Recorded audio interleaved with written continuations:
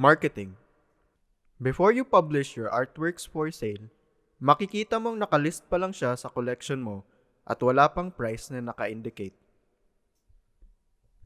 You can use this time to market your collection in different platforms so that when you list the item for sale, you already have the market following, as it often works well for most NFT creators. To market your artworks, or shill, the terminology used when promoting within the space, you can post it at the official NFT Philippines Facebook group as well as Twitter. Determine the date of your sale so people know when to expect the drop. Now, as a disclaimer, we know that part of shilling an NFT project often requires utilities and roadmaps.